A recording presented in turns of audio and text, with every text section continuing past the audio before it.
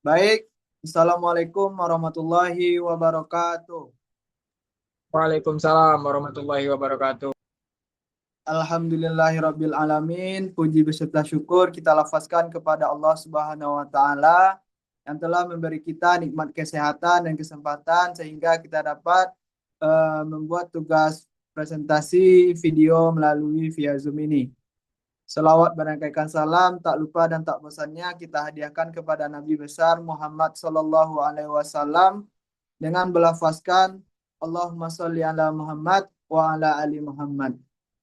Baik, di sini kami dari kelompok 6 akan mempresentasikan hasil diskusi kami yaitu struktur organisasi kepramukaan.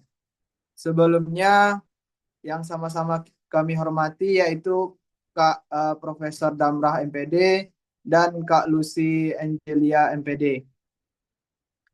Kami dari kelompok 6 izin memperkenalkan diri terlebih dahulu. Saya Riki Nofrianto dengan NIM 230862253 sebagai moderator sekaligus pemateri dan rekan saya Saya Ardi Wiranata dengan NIM 230860114 selaku pemateri. baik di sini kami akan membahas tentang struktur dan organisasi kepramukaan. Sebelumnya kita harus organisasi kegerakan pramuka. Kita harus tahu dulu apa sih itu gerakan pramuka. Gerakan Pramuka adalah organisasi kepanduan yang bertujuan mengembangkan karakter, keterampilan, dan mental generasi muda melalui kegiatan yang edukatif dan menyenangkan peran dan tujuan. Nah, di sini gerakan pramuka berperan penting dalam membentuk karakter melalui kegiatan seperti kemah dan pelatihan anggota dilatih secara kepemimpinan, kerjasama, disiplin, dan tanggung jawab. Selanjutnya yaitu next.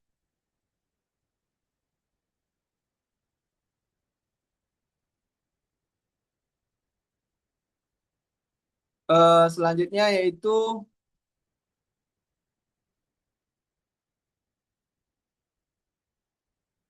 eh, struktur organisasi gerakan pramuka.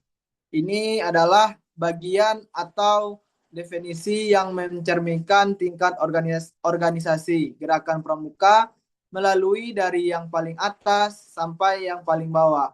Nah, di organisasi gerakan pramuka diatur dalam keputusan kuartil Gerakan Nasional Pramuka nomor 220 tahun 2007 tentang penduduk penyelenggaraan pokok-pokok organisasi gerakan pramuka. Next.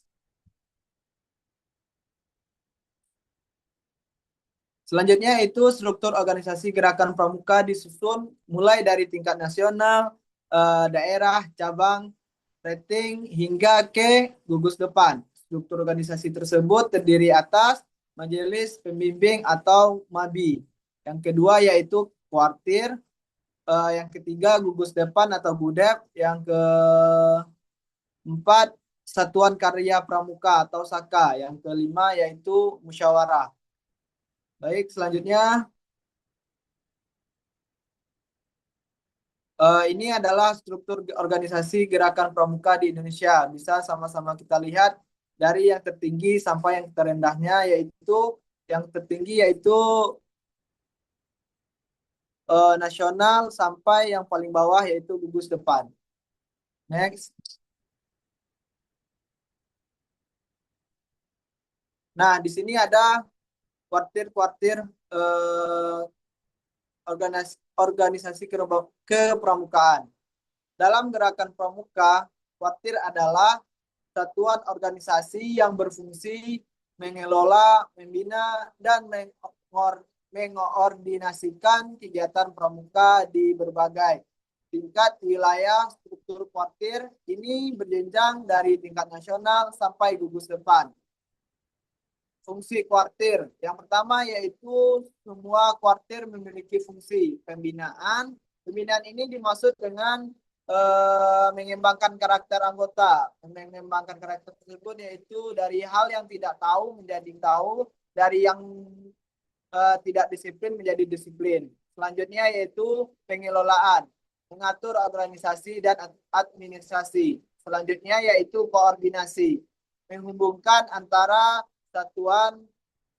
Yang keempat, pengembangan, menciptakan program kegiatan. Anggota pramuka bisa menciptakan hal-hal yang baru. Yang kelima yaitu pengawasan, memanfaatkan kegiatan berjalan sesuai aturan. Oke, next. Kuartir nasional atau Kuarnas. Kuarnas ini kedudukannya tingkat pusat atau di nasional, yaitu di Indonesia. Tugas utamanya yaitu menetapkan anggaran dasar atau AD dan anggaran rumah tangga atau ART. Nah, di sini ada juga kedudukannya yaitu menyusun program kerja nasional. Selanjutnya mengatur sistem pendidikan dan pelatihan pembina. Selanjutnya menentukan tanda kecakapan, seragam, dan atribut. Fungsi tambahan ada beberapa, yaitu mengirim perwakilan ke kegiatan internasional. Contohnya mengirim anggota kepramukaan ke luar negeri untuk mengikuti lomba. Selanjutnya yaitu menjalin kerjasama dengan organisasi luar negeri, mengadakan kegiatan besar seperti Jambore Nasional dan Raimuna Nasional. Baik, selanjutnya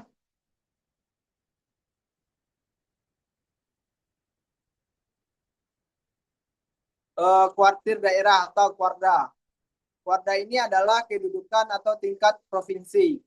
Tugas tambahannya yaitu mengadaptasi program nasional sesuai kondisi daerah, membina pelatih dan membina pramuka di daerah. Selanjutnya mengelola administrasi kepramukaan tingkat provinsi. Contoh kegiatannya yaitu Jambore daerah, Raimuna daerah, atau lomba tingkat provinsi. Baik, selanjutnya kuartir cabang atau kuarcap. Ini kedudukannya yaitu di kabupaten atau kota. Tugas tambahannya yaitu mendata seluruh gugus depan di wilayah kabupaten atau kota, mengadakan kursus pembinaan pramuka yaitu KMD atau KML, membantu sekolah dalam mengembangkan kegiatan pramuka. Peran penting ini adalah sebagai penggerak utama kegiatan pramuka di masyarakat. Lanjut. Kuartir ranting atau kuaran. Kuaran ini kedudukannya yaitu di kecamatan. Tugas tambahannya yaitu membina langsung gugus depan di sekolah-sekolah, mengadakan latihan gabungan antar sekolah di kecamatan, menilai dan memantau perkembangan anggota pramuka yang ada di kecamatan, serta peran pentingnya yaitu sebagai ujung tombak koordinasi kegiatan di lapangan. Lanjut. Baik, itu penyampaian materi dari saya. Selanjutnya penyampaian dari rekan saya yaitu Ardi. Kepada Ardi dipersilakan. Baik, terima kasih kepada moderator telah memberi kesempatan kepada saya untuk materi selanjutnya yaitu gugus depan atau GUDEP. Kedudukannya sekolah atau lingkungan masyarakat. Struktur gugus depan yang pertama ada pembina pramuka, pembantu pembina, dewan penggalang atau penegak. Terus kegiatan utamanya yaitu latihan rutin mingguan, perkemahan, selanjutnya kegiatan keterampilan seperti PBB, tali temali, survival, dan lain-lain. Next. Next. Selanjutnya gugus depan dalam gerakan pramuka. Fungsi gugus depan. Gugus depan memiliki beberapa fungsi utama, yaitu yang pertama wadah pembinaan anggota pramuka, yang kedua tempat pelaksanaan kegiatan kepramukaan, dan yang ketiga sarana pembentukan karakter. Next. Selanjutnya tujuan gugus depan. Nah, tujuan dibentuknya gugus depan adalah membentuk pribadi yang beriman, bertakwa, dan berakhlak mulia. Selanjutnya menumbuhkan rasa cinta tanah air dan bangsa. terus mengembangkan keterampilan, kepemimpinan, dan kemandirian anggota. Next. Materi selanjutnya, struktur organisasi gugus depan. Struktur dalam gugus depan meliputi yang pertama yaitu Majelis Pembimbing Gugus Depan atau bisa disebut dengan Mabigus. Yang kedua Pembina Pramuka. Yang ketiga Dewan Satuan, Dewan Penggalang atau Penegak. Dan yang keempat peserta didik atau anggota pramuka. Next. Nah, selanjutnya nomor gugus depan. Setiap Gudet memiliki nomor khusus sebagai identitas yang terdiri dari nomor wilayah atau kuartir cabang atau daerah, nomor satuan putra dan putri. Contoh Gudet 01123 sampai 01124. Next. Selanjutnya kegiatan dalam gugus depan. Nah, kegiatan yang dilakukan dalam gugus depan ini antara lain yang pertama latihan rutin mingguan, yang kedua perkemahan seperti contoh persami atau jambore, dan yang ketiga lomba kepramukaan, yang keempat bakti sosial, dan yang kelima penjelajahan atau hiking. Next. Selanjutnya peran gugus depan dalam pendidikan. Nah, gugus depan berperan penting dalam pendidikan. Contohnya yang pertama dalam pendidikan karakter, yang kedua dalam pengembangan soft skill atau kepemimpinan atau kerjasama. Dan yang ketiga membentuk generasi muda yang tangguh dan mandiri. Next. Oke, itu saja materi yang dapat saya jelaskan. Selanjutnya saya kembalikan kepada moderator.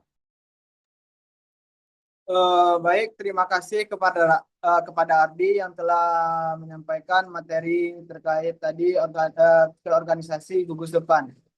Di sini kami dapat simpulkan bahwasanya eh, struktur dan organisasi kepramukaan memiliki peran yang sangat penting dalam menjalankan setiap kegiatan pramuka. Nah, struktur ini disusun secara jelas dan berjenjang, mulai dari majelis, pembimbing, pembina, dewan satuan, hingga peserta didik yang masing-masing memiliki tugas dan tanggung jawabnya. Dengan adanya pembagian peran tersebut, kegiatan kepramukaan dapat berjalan lebih terarah, tertib, dan efektif. Selain itu, organisasi ini juga berfungsi sebagai sarana untuk membentuk karakter, melatih kepemimpinan, serta menumbuhkan sikap mandiri pada setiap anggota pramuka. Demikian kesimpulan yang dapat saya sampaikan. Kami dari kelompok 6, kami akhiri presentasi. Jika ada salah, kami mohon maaf dalam presentasi ini. Kami akhiri. Assalamualaikum warahmatullahi Assalamualaikum wabarakatuh. warahmatullahi wabarakatuh.